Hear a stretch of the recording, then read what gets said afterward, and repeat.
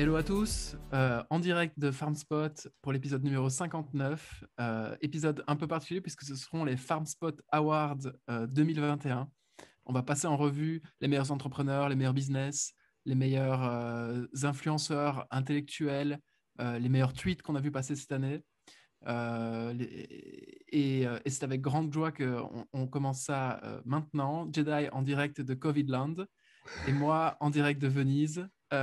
Et voilà. Jedi, comment tu te sens d'abord? Ça va? Hop, ça va, ça va. Je dois prendre quelques cachets, donc ça va. Mais un peu patatrac. Un peu en dessus-dessous, comme on dit. Mais sinon, ça va. Patatras, patraque, un peu de patatrac. D'accord. Voilà, exactement. Bon, du coup, on va commencer directement pour l'épisode 59, du coup, FarmSpot Ok. Award, roulement de tambour. Quel est le meilleur entrepreneur de l'année 2021 selon toi, Jedi? 2021, ouais. Alors, moi, j'ai pris un mec qui m'a unfollow en plus, que tu connais, que Ouais. je t'avais partagé, qui en gros me followait, avec qui je discutais, et puis du jour au lendemain, il me follow, je sais pas pourquoi. C'est Alex Boisiz, si je ne me trompe pas, c'est comme ça qu'on dit, ouais. Alex Boisiz. Donc, Alex Boisiz, c'est un Français qui a fait le MIT, qui, je pense, vit en Israël. Je suis pas sûr de ce que je suis en train de dire. Et en gros, il a fait une super boîte qui s'appelle Deal. Je vous ai déjà parlé de cette boîte pendant le podcast. C'est une boîte qui permet à des entreprises de recruter des employés partout dans le monde. Donc, en fait, ça fait beaucoup de bruit pendant le début du Covid, pendant que tout le monde a commencé à passer en remote. Et en fait, ça vous permet de recruter quelqu'un à n'importe quel coin du monde, du coup d'adapter votre contrat à son pays, d'adapter la currency, par exemple la monnaie avec laquelle vous allez le payer, bah, c'est de faire la conversion en temps réel avec sa monnaie à lui, qui apparemment était un vrai problème pour les gens qui recrutaient. Tu vois, moi, tu es un Américain, tu recrutes au Ghana, bah, apparemment c'est une galère de payer quelqu'un dans la monnaie locale. Ça permet aussi, dans la plupart des pays avec lesquels ils bossent, de, d'avoir des avantages pour les employés, des assurances maladie, etc., etc. Et en gros, ce mec-là, donc Alex, est un jeune, je ne sais pas quel âge il a, je crois qu'il doit avoir moins de 30 ans ou 30 ans, qui a fait beaucoup parler de lui. Il a levé avec les top tier VC, il a fait YC, même dans ses angels, il a les top tier angels. Et justement, pour la deuxième question, juste après, qui sera quelle est la meilleure entreprise de l'année? Ben, je pense que c'est Deal. Mais je te laisse, toi, parler de l'entrepreneur de l'année. Ok, d'accord. Donc, juste pour résumer, en fait, Deal, c'est une startup qui s'attaque à tous les, toutes les particularités juridiques du droit du travail dans chaque pays pour qu'une boîte, surtout avec l'année Covid en remote, etc., puisse embaucher partout dans le monde Exactement, sans ouais. devoir s'occuper elle-même de toutes les barrières juridiques pour être en conformité avec la loi. C'est bien ça. Il y a ça, mais il y a aussi, par exemple, bon, l'histoire de la devise, qui était apparemment un gros pain Mhm. point pour les clients. C'est que quand tu veux payer quelqu'un en Ghana, bah, en fait, il faut que tu le payes dans sa monnaie locale, et c'est une galère, quoi. Ouais. Et donc, eux s'en occupent. Donc ouais. Super intéressant. Ouais, j'ai vu, ils ont levé plein d'argent, ils sont en Ouais, pleine c'est croissance. une des plus belles boîtes 2021, mais pas que, pas que pour l'award. Genre, c'est vraiment, Mhm. même sur bah, les Sur VC en général, l'exécution, les etc. Ouais. entrepreneurs aussi savent Ouais. que c'est certainement la plus belle boîte 2021 de YC. Ok, Euh, génial. mais vas-y. Bon, écoute, moi, pour les auditeurs, j'avais dit à Jedi, on fait un effort, on essaie de trouver un entrepreneur français parce que ça aura Ouais, plus de bah pour résonance. le Et coup, moi, ouais. bien sûr, j'ai pas fait Ok. l'effort. Donc, moi, je vais vous parler de l'entrepreneur le plus obvious qui, pour moi, pour lequel l'année 2021 a été un franc succès, c'est Elon Musk. Alors, fanboy, on va sortir de la fanboy zone, on va juste parler de data. Il faut quand même savoir qu'Elon Musk, ça fait quasiment 20 ans, un peu moins de 20 ans, 15-20 ans, qu'il travaille sur les mêmes sujets et qu'il a pris du temps pour y arriver. Et aujourd'hui, un petit rappel, Tesla, c'est 2 millions de véhicules produits jusqu'à aujourd'hui. Ils en sortent 200 000 par quarter. Il ne faut pas oublier qu'ils ont commencé de zéro. C'est pas, c'est pas comme si Renault lançait une nouvelle ligne de production et devait sortir une nouvelle catégorie de voitures. Non, là, c'est vraiment non seulement sur un nouveau sujet, c'est-à-dire les voitures électriques, mais en plus pour quelqu'un qui n'a jamais construit de voiture électrique dans le passé. Donc, big up pour Tesla. Ils ont sorti le Tesla Bot. Donc ça, c'est l'espèce de petit robot qui apparemment va d'abord être destiné aux usines, mais qui pourrait éventuellement un jour servir à d'autres occupations. Il y a le Powerwall, donc c'est la batterie Tesla la batterie Tesla qui est chez vous et qui capte du coup l'énergie, qui la conserve. Et l'énergie, elle vient d'où? Elle vient aussi des panneaux solaires de Tesla. Ensuite, il y a SpaceX. Aujourd'hui, SpaceX, c'est quasiment 2 lancements par mois. Et juste pour vous donner un exemple d'un concurrent, c'est Arianespace. Arianespace, donc c'est le conglomérat européen qui a une branche lanceur de satellites, etc. Arianespace, c'est 5 à 7 lancements par an. Et il ne faut pas oublier du coup que chaque fusée Arianespace qui est envoyée dans l'espace est du coup détruite au passage. C'est-à-dire qu'il n'y a pas de récupération, tandis que chez SpaceX, ils récupèrent la fusée, ils la réapprovisionnent, ils la refurbish et ils peuvent la relancer après. Le quatrième gros sujet d'Elon Musk, c'est Neuralink. Et cette année, donc c'est la microchips qu'on met le microprocesseur qu'on mettrait apparemment dans le cerveau et qui a dont l'espoir finalement le plus concret à l'heure actuelle, c'est que ça puisse avoir une application dans le domaine de la santé et notamment pour pouvoir réhabiliter les gens qui ont des fonctions, qui ont un handicap au niveau de neuromoteur, donc des fonctions motrices dues à un problème dans le cerveau, si j'ai bien compris. Et à terme, pourquoi pas établir une synchronicité et faire une interface entre la machine et le cerveau humain. Et cette année, c'est l'année où ils ont sorti la vidéo du singe qui joue au petit jeu Pong avec son cerveau. Je sais pas, c'était quand même assez extraordinaire. Et puis finalement, la dernier bras armé d'Elon Musk, c'est la Boring Company. Donc c'est creuser des tunnels pour pouvoir diminuer la congestion des autoroutes et du trafic en fait dans les grandes lignes. Donc en fait, quelque part, pourquoi est-ce que malgré les recommandations que je m'étais faites et que je t'avais faites de faire un entrepreneur français, pourquoi est-ce que je me suis concentré sur Elon Musk? Parce qu'Elon Musk, l'air de rien, c'est un peu comme Noé, de la Bible, qui construit une arche. Et aujourd'hui, son arche, l'arche de Noé, donc l'arche d'Elon Musk, c'est faire en sorte que grâce à SpaceX, l'humanité puisse s'établir sur une autre planète qui est Mars. Il prévoit que d'ici 5 à 10 ans, il y aura un premier vol habité sur Mars.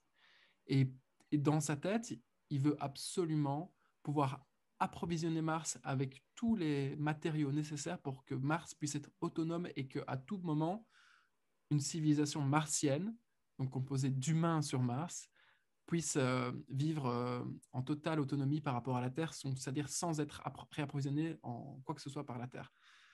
Ensuite, Elon Musk, quelque part, il se décarcasse pour que l'humanité puisse s'interfacer avec les machines. Alors, bien sûr, tout ça, tout ce dont je suis en train de parler, c'est une réponse qui est sortie du cerveau d'Elon Musk et de son petit groupe autour de lui pour répondre aux grands enjeux de l'humanité. Il y a peut-être d'autres réponses qui sont envisageables, probablement d'ailleurs. Mais en entendant, Elon Musk, c'est un des rares mecs qui se dit, OK, un jour, l'intelligence artificielle va nous surpasser. Il faut absolument qu'on s'améliore en tant qu'être humain. Et du coup, qu'est-ce qu'on va faire? On va créer une interface homme-machine grâce à Neuralink. Et puis ensuite, grâce à Tesla, au Tesla Bot, à la Boring Company, comment est-ce qu'on fait pour créer un réseau de transport à l'échelle planétaire pour que l'homme ne soit plus coincé dans sa voiture et donc puisse avoir plus de temps pour faire autre chose. Et tout ça d'une façon quasiment non polluante. Donc ça, c'est assez incroyable. Ce type s'attaque au grand sujet de l'humanité. Quand on revoit les vidéos d'Elon Musk, il dit à chaque fois, oui, quand j'étais petit, je me suis posé devant mon cahier, enfin, vers 18 ans, pour décider de quels étaient les grands enjeux de l'humanité. C'est là-dessus que j'ai fait mes boîtes. J'ai du mal un peu à y croire. Tout ce storytelling, j'ai du mal un peu à y croire. Mais en attendant, aujourd'hui, c'est ce qu'il fait. Donc, c'est chapeau bas pour Elon Musk. Et la question que je me pose, du coup, après avoir décerné cet award à Elon Musk pour 2021, c'est OK, où sont les Européens sur ces sujets-là? C'est dommage. J'en vois pas beaucoup qui sont sur ces sujets-là, qui sont à l'échelle planétaire, civilisationnelle. Donc, j'attends de voir ce qui va se passer. Pourquoi pas un jour un auditeur du podcast qui pourrait s'attaquer à ces mêmes sujets-là? J'en sais rien. Il y C'est a d'ailleurs, grandiose. En parlant d'Elon Musk, il y a un épisode qui vient de sortir du podcast de Lex, Ouais, Lex ou Lux, Friedman. je sais plus, c'est Lex, ouais, voilà, C'est Lex Lex. Friedman, Ouais. qui vient de sortir il y a 2 jours ou un jour, je sais plus trop, je sais pas si c'est le temps de l'écouter. Ouais, je l'ai écouté. Ok, je vais l'écouter, ça vaut la peine ou pas? En vrai, je décerne le meilleur award à Elon Musk pour ce qu'il fait dans la vie concrète, mais dans ses interviews, je le trouve de plus en plus difficile à. Il est un peu chiant, en vrai. Ok. T'apprendras pas grand-chose. Il se répète beaucoup. Tout ce que tu vas l'entendre dire, tu l'as déjà entendu dans d'autres interviews. Donc, je ne sais Ouais. pas si je te le Ça, conseille. c'est la Par contre, complexité. Vas-y, pardon. ce que je voulais dire par rapport à cette interview, ce qui est hyper intéressant, et je me demande à quel point c'est pas surjoué ça, mais du coup, Lex pose une question à Elon Musk et Elon Musk se tait pendant 20 secondes face au micro et réfléchit à sa réponse. Et le mec, donc Lex, l'intervieweur, n'intervient pas Ouais. pour reformuler sa question ou pour le pousser, pour lui donner une suggestion. Non, il le laisse dans sa réflexion, aller jusqu'au bout de sa pensée. Et donc ça, je trouvais ça super intéressant. C'était la Ouais. première fois de ma vie que je voyais ça. À part J'aime peut-être beaucoup chez Lex. Joe Rogan. Ouais, J'aime beaucoup t'aimes Lex, bien. la façon dont il pose les questions. Après, il est très froid, très carré. Ouais, c'est un russe, quoi. Ouais, ouais. Mais j'aime bien j'aime bien le type des questions qu'il pose. Il a fait aussi un épisode récemment avec le patron de Pfizer, le CEO de Pfizer. Ah, j'ai pas vu. Faut que je la regarde. Genre, elle est sortie il y a une semaine ou deux. Enfin, je la regarde, je suis curieux de la regarder. Ok, oui, et pour les petites phases où Elon Musk, pendant 20 secondes, il se tait, il regarde un peu en l'air, et puis il Ouais, répond, je sais pas non plus si c'est surjoué ou pas, ça fait certainement partie du personnage mais bon, c'est pas grave. C'est pas bien grave. ouais, Du coup, le deuxième award, c'était, si t'as plus rien à dire sur Elon ouais. Musk, Euh, le deuxième award, c'est la boîte. Pour le coup, là, au niveau des boîtes, bah, moi, je prends la boîte de Alex Boisis, donc Deal. Et donc, Deal, bah, je vous ai dit ce que ça faisait avant, mais juste pour donner 2 chiffres, en 2021, il est passé de 4 millions de dollars de revenus annuels à 50 millions. Donc, il a fait un peu plus de fois 12. mhm. Il est passé de 50 employés à 550 employés. C'est incroyable. C'est-à-dire que, imaginez-vous, patron d'une boîte, vous avez 50 employés le 1er janvier 2021 et le 31 décembre, vous en avez 11 fois le nombre, quoi. C'est en termes de scale, d'humain et de gestion de l'humain, ça doit être tellement dur. Et il y a tellement peu d'entrepreneurs qui arrivent à scaler en même temps et que ça s'écroule pas, que le château de cartes s'écroule pas, que c'est fascinant. Et du coup, il en a fait un tweet où il explique un peu toutes les galères et tous les apprentissages qu'il a eu en 2021 justement par rapport à ça, c'est-à-dire au scaling de sa boîte. Et je vous mettrai en lien le tweet qui est super intéressant. Mais de toute façon, si vous allez dans son Twitter, c'est le tweet qui a été pin. Il est assez ouf et je vous conseille vraiment de lire ça. Et du coup, pour moi, la boîte, c'est Deal. Ok. Alors, pour moi, le meilleur business de l'année, la meilleure boîte de l'année ou le meilleur business à lancer cette année. Bon, j'avais envie de parler de lancer sa collection débile de NFT, j'avais envie de parler de faire un bon Ponzi coin, fork OHM qui débouche jamais sur rien, mais tout ça, euh, c'est pas vrai finalement. Enfin, il y a moyen de faire des beaux trucs, hein, on en connaît, Artefact, etc. C'est des beaux succès. Mais je vais parler d'un truc un peu plus contrariant, sur lequel j'aurais peut-être pas misé en 2021, au début de l'année 2021, avec cette histoire de Covid qui arrivait, etc. Je vais parler d'Airbnb. Donc, je pense qu'en 2021, après avoir largué une grosse partie de ses employés, d'une façon d'ailleurs relativement correcte, apparemment, d'après ce que j'ai compris, ils ont été largués, les employés qui ont été licenciés avec des packages tout à fait raisonnables, voire très intéressants par rapport au système américain, donc, où, grosso modo, Airbnb aurait pu être beaucoup plus chiant que ça, sans trop risquer de, d'attaque d'un point de vue juridique.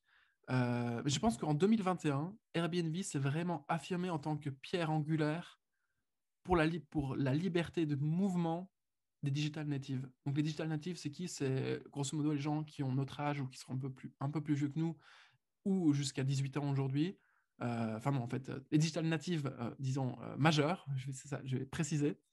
Donc tous ces gens qui ont aujourd'hui entre 18 ans et 35, 36 ans, et qui utilisent Airbnb finalement relativement souvent.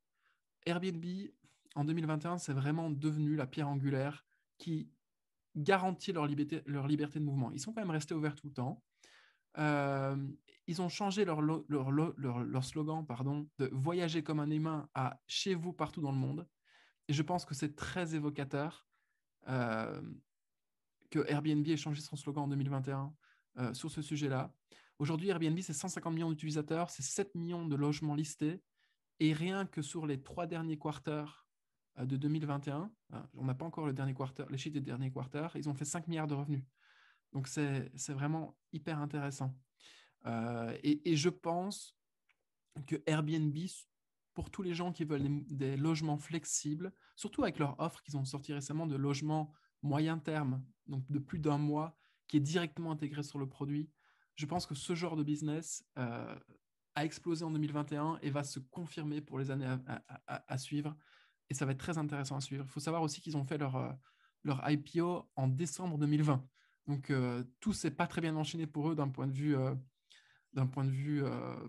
c'était pas l'enchaînement parfait, grosso modo, de faire un IPO quelque part de qui peut être associé à une chaîne d'hôtels euh, juste à la sortie du Covid, en plein dans le Ouais. Covid. Du C'est pas le coup, bon moment, quoi. Ouais. ouais, c'était pas le bon, ça paraissait pas être le bon moment et pourtant, ils ont quand même fait plein de revenus. Et pourtant, j'ai quand même voyagé avec Airbnb. Tu as aussi voyagé avec Airbnb. Et si la flexibilité qui est désirée par un grand nombre de personnes devient core feature du produit euh, et que Airbnb, après-demain, devient vraiment la boîte qui nous permet à nous de nous établir là où on veut, autant de temps qu'on veut, d'une façon facile, je pense que la boîte a de beaux jours devant elle. Donc voilà, c'était la boîte selon moi, c'était la boîte 2021. J'aurais pu citer plein de trucs, mais j'ai choisi Airbnb par Cool. esprit un peu contrarian. Voilà. Cool, cool, cool. Next one. La meilleure industrie de l'année 2021, selon Jedi, je pense qu'on va dire la même chose. Je l'avais pas celle-là, donc je l'ai pas faite. Mais bon, Ok. je pense que oui, Web3, évidemment. C'est Exactement. pas. Oui, Donc, clairement. ouais, le Web3 qui mint des millionnaires, en tout cas on paper, à tour de bras. Tous les jours, il y a des nouveaux types qui deviennent millionnaires grâce à la crypto. C'est assez incroyable. Ce qui a été vraiment révélateur pour moi dans cette industrie, c'est que vraiment, c'est Stan de AV.com qui a dit ça. Being a Web3 user is a full-time job. C'est tellement vrai. Euh, et quelque part, en nominant le Web3 comme meilleure industrie de l'année, on est peut-être un peu biaisé puisqu'on mange, on dort, on respire Web3. Mais j'ai vraiment l'impression qu'il y a un shift qui est arrivé, un nouveau paradigme qu'il faut encore définir dans les grandes lignes. Et 2022, 2023, 2024 vont servir à ça. Mais dans ce paradigme, les participants à ces réseaux, à ces protocoles, captent une valeur incroyable. Et en ce qui te concerne, ça a été une année life-changing probablement. Mhm. Pour beaucoup de nos auditeurs aussi, hein, notamment ceux qui sont dans la communauté FarmSpot, il y en a plusieurs qui ont vraiment bien misé et qui s'en sortent très très très très bien. C'est assez incroyable. Et je me réjouis de voir, finalement c'est ça la conclusion, comment tout cet argent généré, s'il disparaît pas du jour au lendemain bien sûr, va être réinvesti par les gens comme nous. Euh, et je pense que ça va être un cercle vertueux assez intéressant à voir en 2022. De ouf, 2022, je suis super excité. Fin 2020, je me suis dit, ouais, j'ai raté plein de trucs. J'espère que 2021 va être un peu plus clémente avec moi. 2021, il s'est passé plein de trucs incroyables. Ce qui est cool, c'est que même en termes de news et de scandales, t'es refait avec le Web3. Il se passe toujours un Hmm. truc. Chaque semaine, t'es pas à l'abri qu'il y ait qu'il y a un truc incroyable qui s'est passé. Et du coup, ça refait mes semaines. Et donc, je mets aussi Web3 dans l'industrie. Euh, À condition finalement de ne pas être trop euh, aversif au risque et de prendre le temps de diguer sur Internet et écouter ce podcast sans vouloir faire notre pub, c'est un des bons moyens de perdre pas trop de temps à diguer Internet, puisqu'on va vous parler probablement au cours de 2022 de tous les futurs projets qu'on a repérés qui sont intéressants selon nous. Et il y a justement un super tweet que je voulais. Qu'au début, j'ai commencé à décortiquer pour le podcast, et puis il est beaucoup trop long. Je me suis dit, je vais me perdre, je vais pas le faire. 338 là, Par contre, de Adam non, machin. Ah non, c'était pas ça. Non, non, c'était pas Ok. ça. C'est un tweet de Punk6529 qui est le même mec qui avait fait le tweet sur les 5 niveaux de richesse, Mhm. qui a refait un trade le 1er janvier, qui est assez ouf, donc hier, qui est assez ouf sur comment make it. Et du coup, la théorie de base, c'est pour make it, il faut survivre sur les années.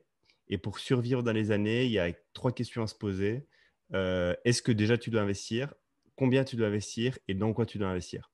Et après, alors, il fait un énorme trade où il prend chacun de ces points et il explique, il reprend les niveaux, il dit par rapport au niveau dans lequel tu es, est-ce que oui ou non tu dois investir? Par rapport au niveau dans lequel tu es, combien tu devrais investir? Et ainsi de suite. Et il est assez ouf ce trade et je le partagerai. Et je pense que c'est un bon trade pour quelqu'un qui veut rentrer ou qui débute. C'est un très bon trade un peu pour poser les bases de la réflexion. Mhm. J'ai mis le lien de côté pour le mettre dans la description. Prochain award, le politicien de l'année. Le meilleur politicien de l'année. Alors, Euh, ah, ah, je- qu'est-ce qu'il y a probablement qu'on a le même, puisque là, du coup, personnellement, j'ai trouvé quand même un politicien français, un Ouais, nouveau pareil. politicien français. Un nouveau politicien français, ouais, je pense qu'on a le même, hein. Bon, Ouais, le mien, c'est Zemmour. pareil. Ouais. Le mien, c'est Zemmour. Dans ce podcast, il n'y aura pas d'allégeance ou de pour ou contre l'homme politique. C'est pas ça le sujet. Le sujet, c'est qu'il y a quelqu'un qui est rentré dans la scène politique française avec une entrée fracassante. Personne s'y attendait, ou alors très peu s'y attendait, ou alors ceux qui s'y attendaient, c'était dans leur pire cauchemar ou dans leur pire rêve. Mhm. Et en fait, l'entrée s'est faite et elle s'est pas si mal faite finalement. Ça a fait beaucoup de bruit en bien ou en mal, mais en tout cas, la méthode était assez moderne. Et c'est pour ça aussi que ça fait beaucoup de bruit. Du coup, je le mets en politicien de l'année.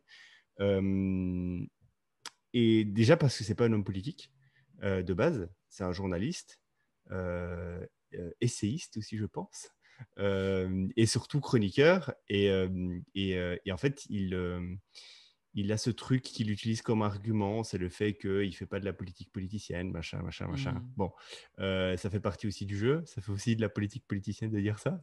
Mhm. Mais en tout cas, je le mets comme politicien de l'année. Sans donner un jugement de valeur, je le mets vraiment comme politicien de l'année. Je sais pas si toi, tu avais des arguments un peu plus poussés ou un peu plus solides Non, pour grosso dire modo, pourquoi tu j'ai la même pensais que analyse que Zemmour. toi. Grosso modo, j'ai la même analyse que toi. C'est Zemmour. Si on fait abstraction et si l'audience arrive à faire abstraction de ses valeurs, de ses opinions politiques, etc., Zemmour, en tant qu'ex-polémiste, ex-écrivain, en se situant sur une droite un peu plus radicale et un peu plus revendiquée que la droite classique française, ben, il a réussi à créer et à profiter d'un appel d'air. Et tout ça sur quelques mois de ce qui avait l'air d'être, en tout cas de l'extérieur, de l'improvisation politique. Et ça, c'est assez incroyable, un peu à la façon, finalement, dont Emmanuel Macron, en 2016-2017, s'est lancé en politique. Personne, il n'avait jamais été élu comme Éric Zemmour. Alors, Emmanuel Macron exerçait le pouvoir, Éric Zemmour n'exerçait pas le pouvoir, mais finalement, c'était les candidats outsiders d'une élection qui allait être sinon boring et pas intéressante. Ils amènent finalement de l'énergie qu'on peut juger positive ou négative ou neutre finalement, mais je pense quand même qu'on peut se mettre d'accord pour dire qu'il y a une énergie particulière. C'est quelque chose qui est, en tout cas d'après avec les gens avec qui je discute en France de ça, c'est quelque chose qui est très ressenti en France. Euh, Par contre, à l'extérieur de la France, les gens pensent toujours que Éric Zemmour est une blague. Peut-être d'ailleurs de la façon dont les gens pensaient que Donald Trump finalement c'était une vaste blague et que jamais il Ouais. arriverait au pouvoir. Mm, mm, Et mm. donc du coup, ça c'est un truc que je garde à l'œil. Ouais, ça c'était Euh, ce que tu viens de dire, c'est un vrai truc, c'est que à l'époque quand on parlait de Trump et que moi j'avais l'œil du français ou du belge sur les États-Unis, je disais non mais Trump c'est un clown, comment Trump arrive au pouvoir? Et quand il est au pouvoir, j'avais toujours cet œil externe et je hmm, disais non mais c'est une fanfarade, les hmm, Américains sont des débiles, etc., etc. Et ici, on est en train de vivre, pas la même chose, mais la dynamique est plus ou moins la même. Et là, je me dis pas du tout, en fait, anglais, c'est un bolos, c'est impossible. Tu vois, je me dis pas, c'est impossible. Non, non, Hmm. en fait, c'est tout à fait possible. Et tu comprends pourquoi c'est possible. Et du coup, je me dis, et quand je parle aux gens en dehors de la France, typiquement en Belgique, parce que j'ai quelques amis et quelques personnes que je connais en Belgique, bah, l'œil qu'ils ont, c'est vraiment, comme tu viens de dire, c'est le même œil que moi j'avais quand je voyais Trump, en fait. Mhm. C'est non, mais mec, c'est un sketch, ce truc, c'est totalement impossible. Imagine. Enfin, genre, on peut même pas s'imaginer, justement, tu vois. C'est vraiment, c'est un sketch, quoi. Alors que pour les Français, c'est pas du tout inimaginable, quoi. C'est vraiment, c'est de la compétition rude et solide. Et du coup, je me dis, bah, peut-être à ce moment-là, donc à l'époque de Trump, bah, nous, on était un peu les concons qui pensions que c'était impossible et on pensait que le mec, c'était juste un clown et que tous ses électeurs étaient juste des clowns. Bah, en fait, l'Américain, lui, il pensait pas forcément ça, il voyait ça comme de la vraie compétition et il comprenait de l'intérieur pourquoi ça pouvait être une compétition. Bah, en fait, j'ai l'impression que je vis la même chose maintenant, quoi. Ouais, mais en fait, d'une manière générale, l'establishment, donc les gens qui sont au pouvoir, qui ont les bons postes, qui ont les bons métiers, avec les bons revenus, qui vivent dans les bons quartiers et qui, quelque part, dictent la grande ligne intellectuelle et culturelle d'un pays, malgré eux, c'est une émanation qui est naturelle, ont toujours du mal à voir les outsiders arriver. C'est comme un rétroviseur qui fonctionne pas bien. Tu le vois, il y a comme un angle mort, et puis d'un coup, directement, tu te retournes, et là, tu as un type qui arrive à la hauteur de ta voiture et qui te met en danger politiquement. Du coup, je pense que c'est exactement ce qui est en train de se passer avec Zemmour. Probablement que l'establishment ne l'avait pas vu venir. Il y a des gens qui pensent que l'establishment, ça l'arrange bien finalement que Éric Zemmour soit un candidat, puisqu'il va diviser l'extrême droite et donc réduire les chances euh, d'un duel serré entre Macron et le candidat qui sera élu au deuxième tour.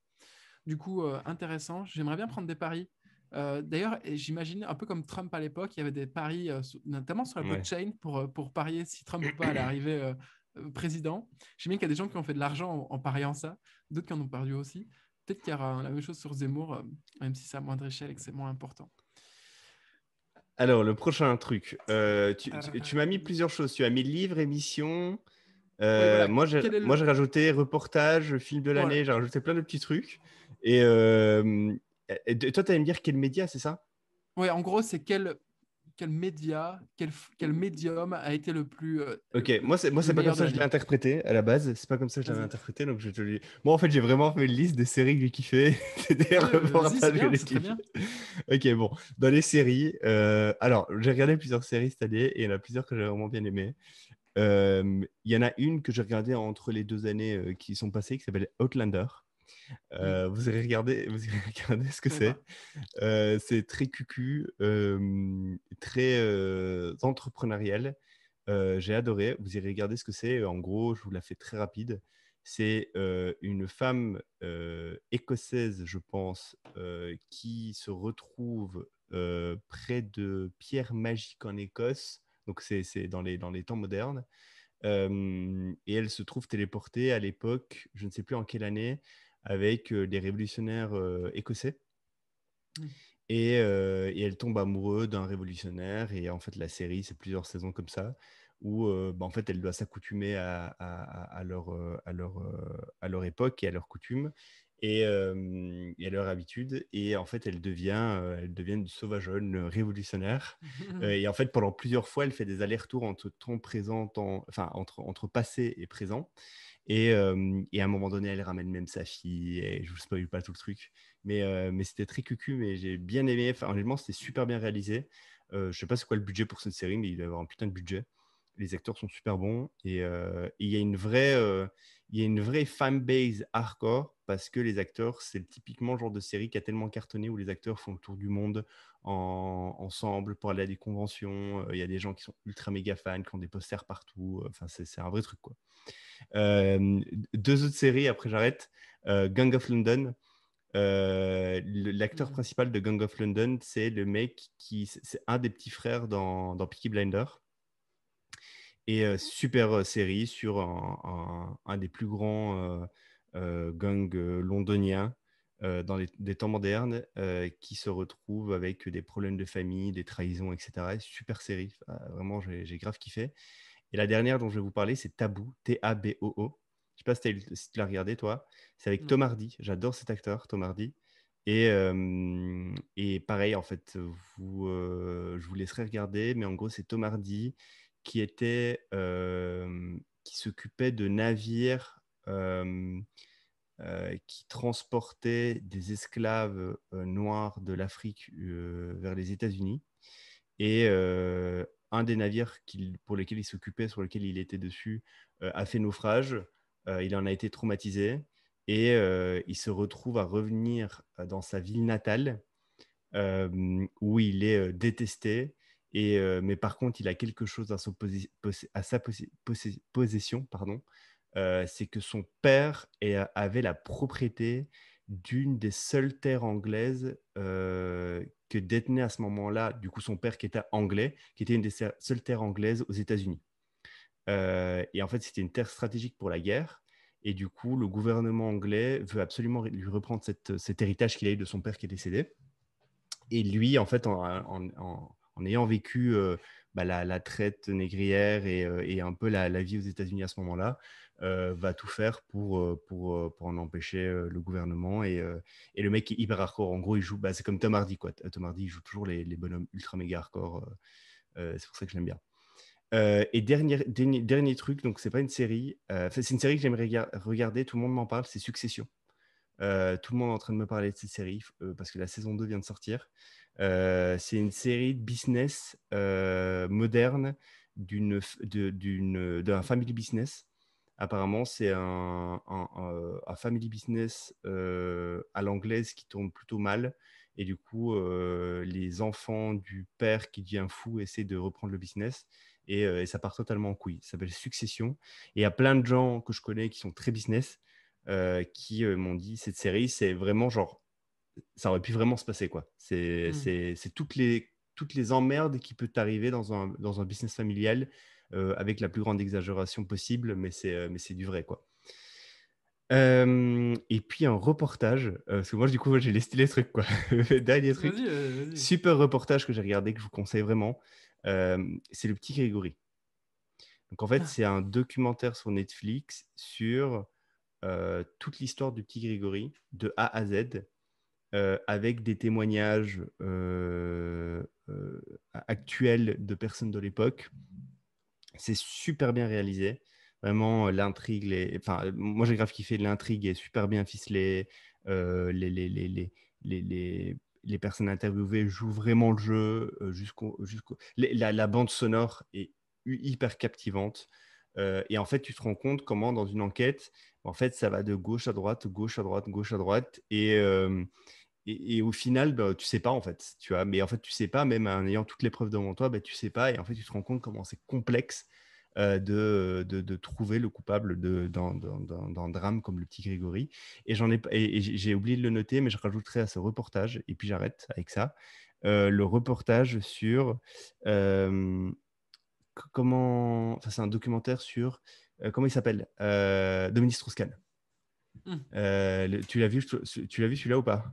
Non. Ok, regarde-le aussi. C'est le doc sur Dominique Strauss-Kahn. Donc, comme vous le Ouais. savez, Dominique Strauss-Kahn, qui était un compétiteur politique assez ardu et qui allait normalement arriver au présidentiel, enfin, essayer de se battre pour les présidentielles, qui a eu un scandale qui lui est arrivé, qui est ce fameux viol de la chambre, je ne sais plus combien, dans un hôtel reconnu à New York. Et du coup, en fait, le documentaire reprend tout ce qui s'est passé, fait pour fait. Le documentaire ne prend pas parti, il dit pas oui, non, enfin, il dit rien du tout. Et il explique ce qui s'est passé, en tout cas avec les informations qu'ils ont. Et c'est assez, il est assez ouf, le docu.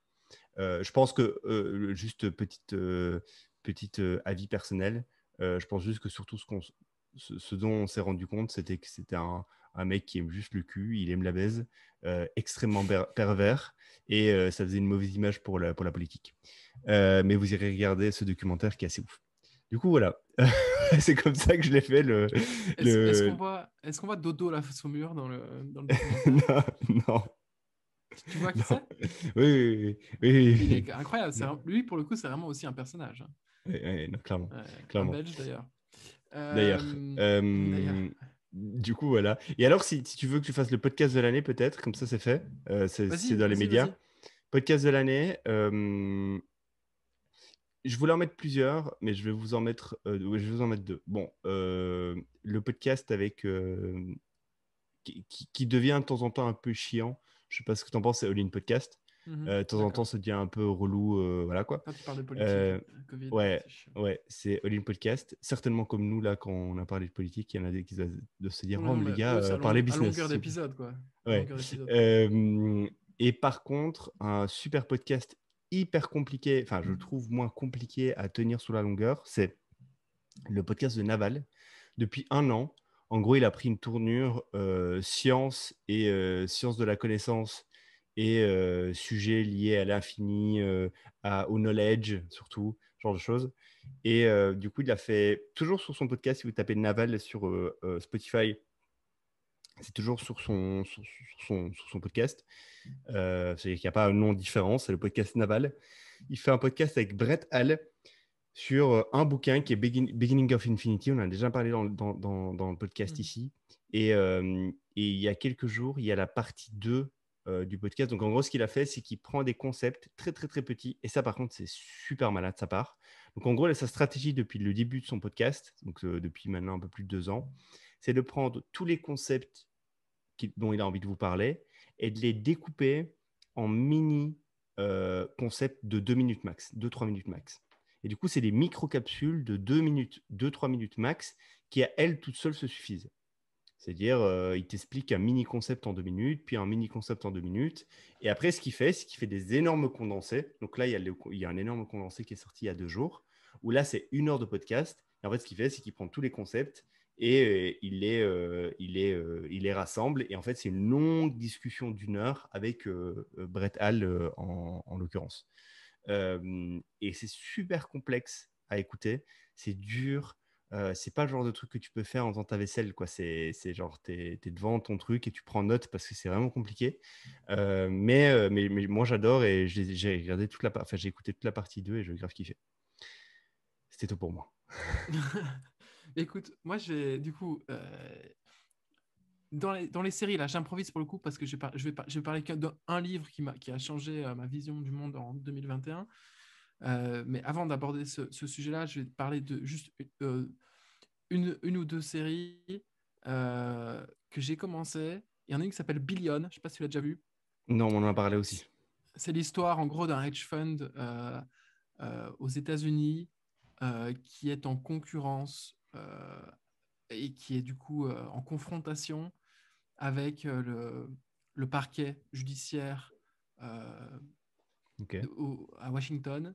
Et c'est toute une histoire avec aussi une intrigue politique, amoureuse et énormément d'argent qui se déroule sur 2 saisons, là je pense, 2 ou 3 saisons.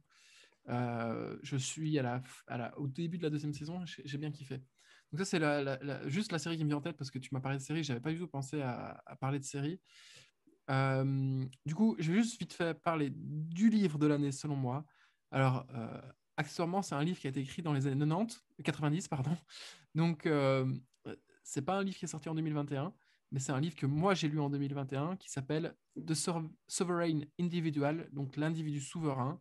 Je noterai le nom des auteurs dans la description parce qu'ils sont innommables pour un francophone.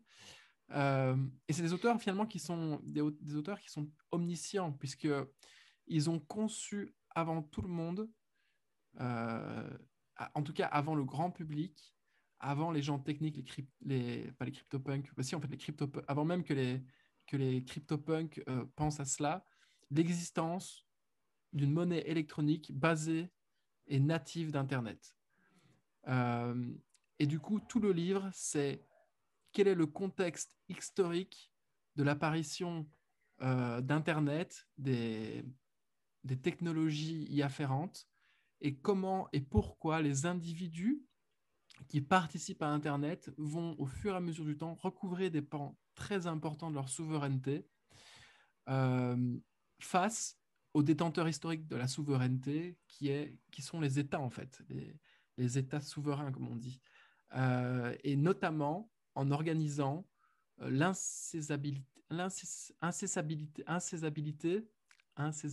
insaisissabilité, voilà, de leurs avoirs. En fait, il y a un truc qu'on ne réalise pas encore aujourd'hui, je pense, notamment notre audience qui détient des cryptos, c'est que l'État français ou l'État belge ou n'importe quel État dans le monde dans lequel vous avez un devoir juridique peut à tout moment venir Ouais. chez votre banquier et faire des Geler prélèvements votre sur votre compte compte et courant. prélever de Voilà, l'argent, quoi. c'est Ouais. ça. Aujourd'hui, ça, c'est plus possible. Il faut du coup recourir à des méthodes qui sont beaucoup plus violentes, beaucoup plus intrusives et donc beaucoup plus coûteuses pour un État. C'est-à-dire arriver chez vous, trouver votre ledger, vous Ouais, obliger c'est à plus donner la possible avec la passphrase. crypto. Ouais. Ouais, c'est ça. Ouais, ouais. Avec les gens qui détiennent les cryptos aujourd'hui sont en dehors de ce système-là. Alors bien sûr, il y a des mauvais, enfin, il y aura des abus par rapport à ça. Et évidemment qu'il y a des mecs qui devront de l'argent à d'autres gens, qui vont disparaître avec l'argent, mais d'une façon philosophique et concrète, c'est la première fois depuis très longtemps Mhm. qu'un individu est en dehors du pouvoir d'un État sur lui. C'est-à-dire que l'État ne peut plus rien. Et, euh, et du coup, ils abordent tous ces sujets-là, les perspectives historiques. Justement, moi, je suis à Venise, ils expliquent comment l'État vénitien organisait, euh, s'organiser en tant qu'État, comment les marchands arrivaient à Venise et négociaient eux-mêmes leurs propres taxes, comment le pouvoir était distribué, etc. Euh, et c'est très intéressant. Honnêtement, je vous le conseille à 200%. C'est un bouquin que tu m'as conseillé, que j'ai toujours pas lu, mais que je pense que je vais quand même me prendre.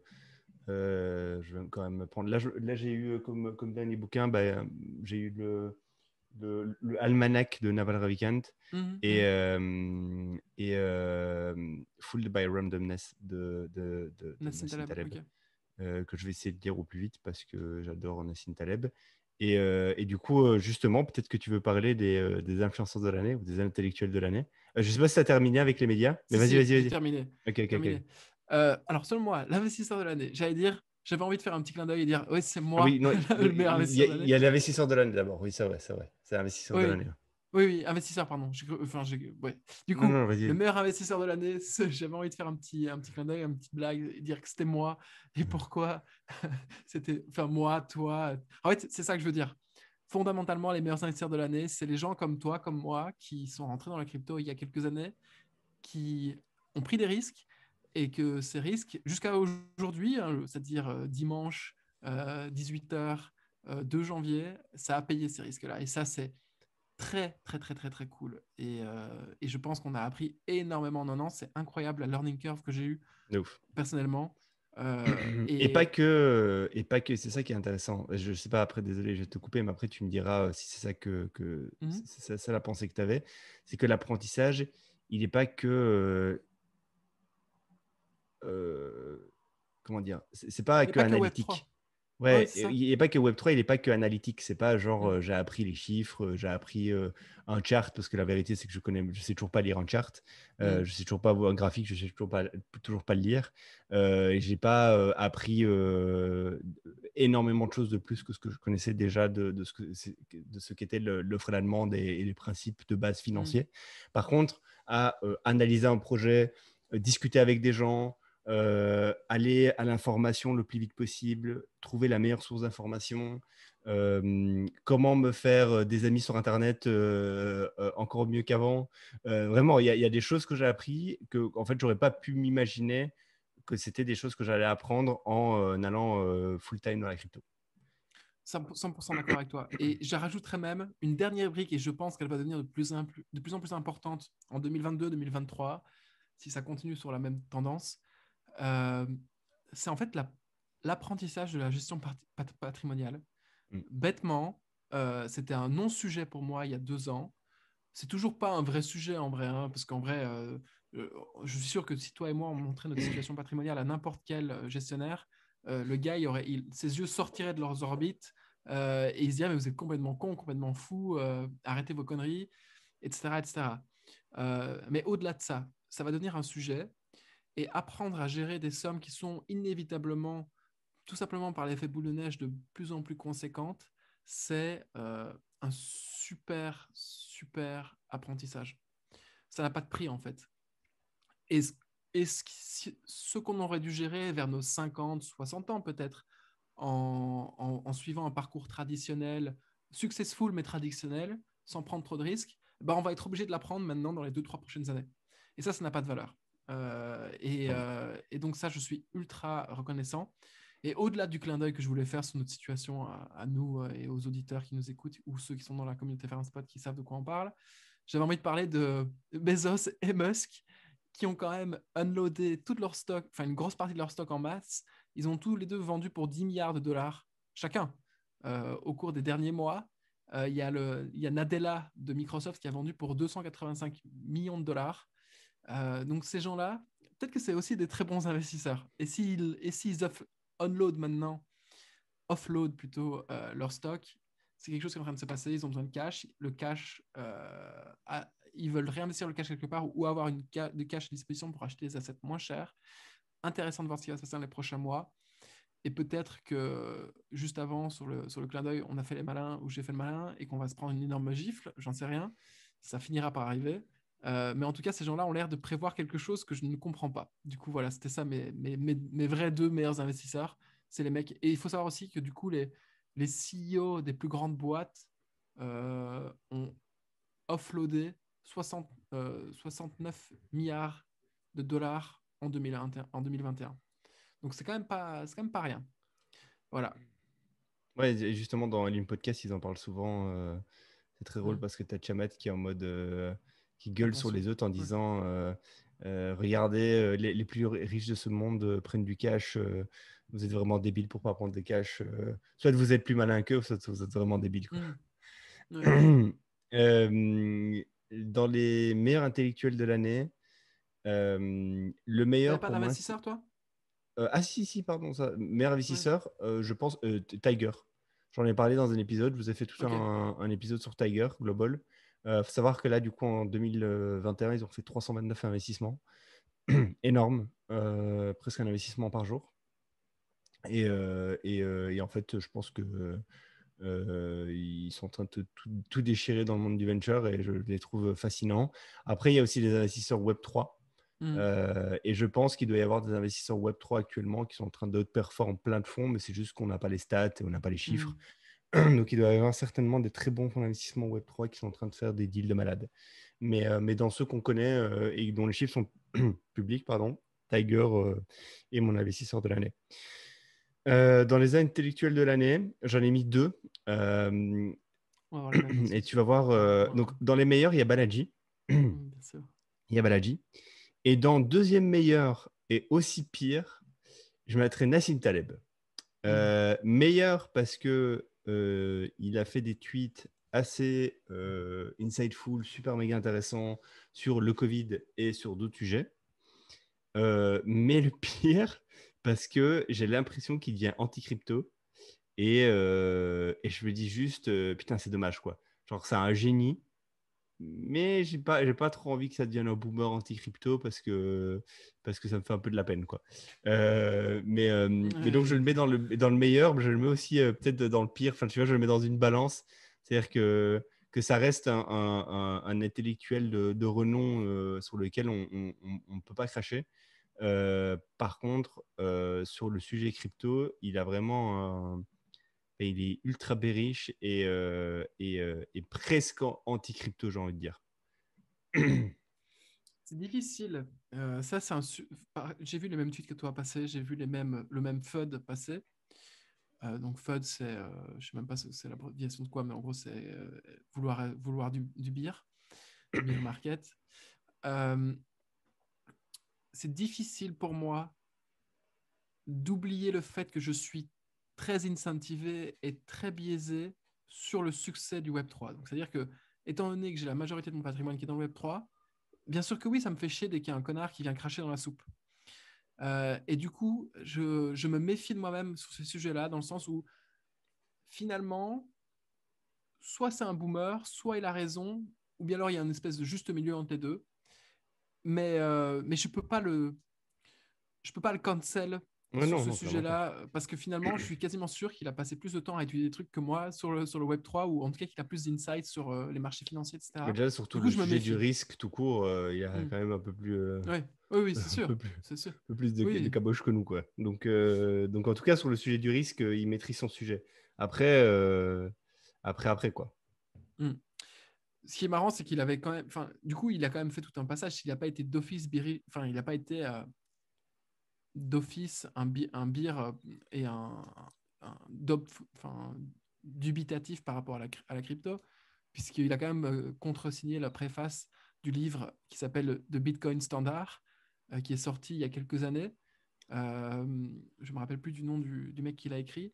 Euh, et entre-temps, depuis, il a changé d'avis. Donc, à voir. Je sais pas, je sais vraiment pas. Je me méfie de moi-même sur ce sujet-là, puisque dès que quelqu'un vient toucher à Hmm. ma gamelle, ben, forcément, je le déteste. Mais peut-être que la gamelle vaut moins que ce que je pense qu'elle vaut. Donc voilà, c'était l'allusion canine. Euh, du coup, pour moi, le meilleur influenceur slash intellectuel de l'année, pareil que toi, c'est Balaji. Principalement, et je conseille vraiment à tout le monde d'aller suivre Balaji sur Twitter, de prendre le temps d'écouter les podcasts qu'il fait, parce que ce type, il a un discours qui est très intéressant sur les technologies, sur le mouvement en double hélice de centralisation-décentralisation. Donc, c'est un flux et un reflux dans l'histoire du pouvoir, où il y a une tendance à la centralisation et le, le, le point culminant de cette centralisation, c'était l'État. L'État central à la française, avec une administration très forte et un pouvoir législatif très fort sur nos vies à nous. Et puis, la contrebalance qui consiste en la décentralisation, c'est-à-dire ramener la décision plus proche du citoyen. Au plus proche, finalement, non pas du citoyen, mais de l'individu. Il a un discours qui est très techno-futuriste là-dessus et qui, je pense, il court devant tout le monde sur ces sujets-là, donc c'est intéressant de le suivre. Et puis, on en a déjà parlé dans le podcast, mais des fois, il a des excursions, il prend part à des excursions intellectuelles sur des sujets totalement underground que j'aurais pas pu découvrir à part en passant 3 heures sur Wikipédia à cliquer un peu aléatoirement. Donc ça, c'est super cool de voir qu'il y a un mec qui creuse et ça se voit en fait sur sa tête. Ouais. Il suffit de le regarder, il a des cernes qui tombent jusqu'au menton parce que le type, tu vois qu'il creuse les sujets dont il parle. Donc ça, c'est hyper intéressant. Et pour contrebalancer Balaji, cette année, je mettrais quand même en avant Bernard Stiegler, qui est ce philosophe français dont j'ai parlé dans l'épisode, il y a 2 épisodes, je pense, un philosophe français qui a été un des premiers philosophes à réfléchir au sujet de la technologie, notamment la technologie née dans la Silicon Valley, et à quel point le concept de disruption est un concept qui met à mal toute une série de mécanismes qui étaient inscrits dans l'histoire des sociétés humaines. Et ça, c'est hyper intéressant. Euh, et en fait, ça revient à un sujet qui est plus profond chez moi, mais qui va prendre encore des années avant d'éclore. C'est comment est-ce qu'on réconcilie un avenir technophile avec cette notion de progrès à une société qui est pas constamment déstabilisée par ces nouvelles vagues technologiques qui arrivent sans cesse, en fait. Et j'espère qu'un jour j'aurai une solution. Mais actuellement, ça me paraît difficile. Voilà, on verra. Mais c'est un sujet qui m'intéresse énormément. S'il y a des philosophes ou des amateurs philosophes dans l'auditoire, ça m'intéresse de discuter avec vous tous ces sujets-là. Donc voilà, c'est la fin pour moi. Tweet de l'année peut-être. Euh, Attends, tweet de l'année, c'était lequel? Ouais, le tweet de l'année, pour moi, c'est le tweet de... Attends, je l'ouvre. C'est un tweet de Shan. Hmm. C'est un tweet de Shan. Donc, Shan, c'est un ancien mec qui bossait chez Twitch, qui est cofondateur du podcast, co-host du podcast My First Million, qui a fait un tweet sur qu'est-ce que le métaverse. Et je vous le fais pas, je vous le mettrai en lien parce que je vais pas vous faire Mm. tout le truc tout de suite. Mais en gros, il dit que tout le monde se trompe sur le métaverse. Le métaverse, c'est quoi? Le métaverse, c'est un laps de temps. Et ce laps de temps, c'est un timing dans l'histoire. Et le timing dans l'histoire, c'est quand notre identité digitale devient plus importante que notre identité physique. Et alors, de là, il en fait un thread où il explique plein de choses. Et pour moi, c'était un tweet de l'année parce que en fait, j'ai toujours eu du mal à mettre des mots sur qu'est-ce que le métaverse. Mm. Et ça me fait du bien quand il y a quelqu'un qui essaye un peu de théoriser ça, ou en tout cas de mettre ses propres mots. Et du coup, est-ce que je peux m'en approprier quelque chose ou pas?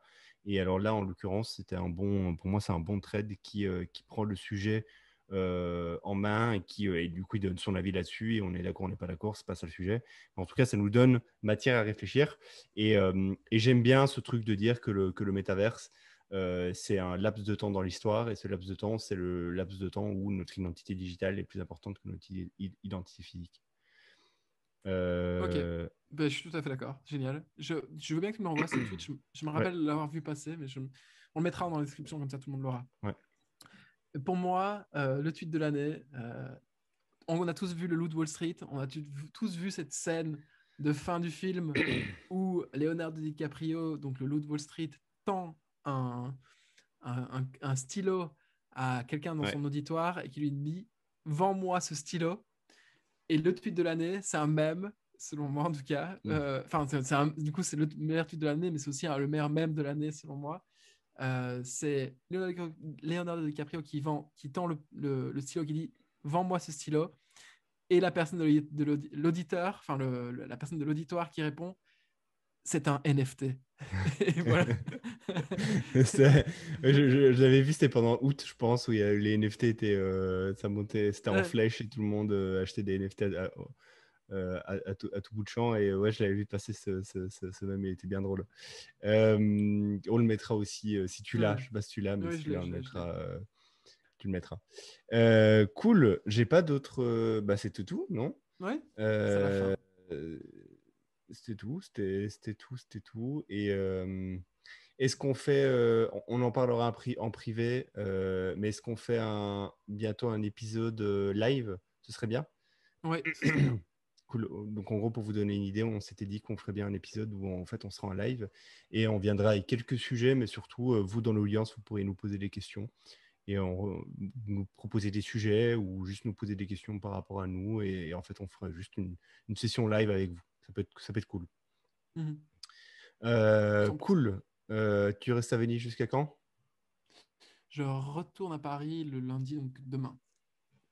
Ok, bah écoute, enjoy Venise. Je suppose que ça doit être bien là pour le moment, non? Il C'est fait très genre, froid, mais c'est très bien. c'est calme ou il y a beaucoup de monde? Mais il y a moins de monde vu que c'est Covid plus mauvaise météo, enfin météo très froide. Mais c'est vraiment chouette. Et surtout, ce que j'ai aimé, et j'adore ce lifestyle, c'est vraiment un lifestyle de petit con, hein, qu'on se le dise, mais j'adore ce lifestyle. C'est le lifestyle de se dire le vendredi à midi, je veux partir à Venise, je veux partir quelque part, regarder les vols, voir un vol à Venise, se dire ok, je prends deux billets pour Venise, s'y envoler, prendre, prendre un hôtel pour 3 nuits et plus penser à rien d'autre que de profiter sur place. Et j'ai vraiment kiffé pouvoir faire ça. Donc, Cool. je, je, Tu en fait, recommandes. je recommande, et je recommande surtout à ces gens, et j'en connais au moins un dans les gens qui nous écoutent, je connais moins une personne, qui ont de l'argent, font toujours des comptes d'apothicaire et qui ne savent pas le dépenser. Faites-vous une folie. Faites un truc complètement con. Euh, c'est comme si vous brûliez de l'argent, mais à la fin, vous allez voir, il y aura quelque chose qui ressortira qui vaudra plus que l'argent que vous avez brûlé, très, très probablement. Ne soyez pas des gestionnaires ennuyeux cramez l'argent que vous avez en trop. Et il y en a, c'est toujours de trop de toute façon. Du coup, allez-y, faites-vous plaisir. C'est vraiment le conseil que je donnerais aux gens qui savent pas utiliser leur argent. Et après, bien sûr, je ne juge pas. Et moi, comme je dis, c'est vraiment une réflexion et un lifestyle de petit con. Mais il faut avoir ces petites passes-là dans la vie, je pense, des petites passes de folie où on compte plus pour savoir après la vraie valeur et surtout savoir ce qu'on veut et ce qu'on aime dans la vie. Donc voilà, c'était la fin. Cool. Bon, ben on se voit pour l'épisode 60. Ciao, ciao. Ok, ciao. Bonne journée.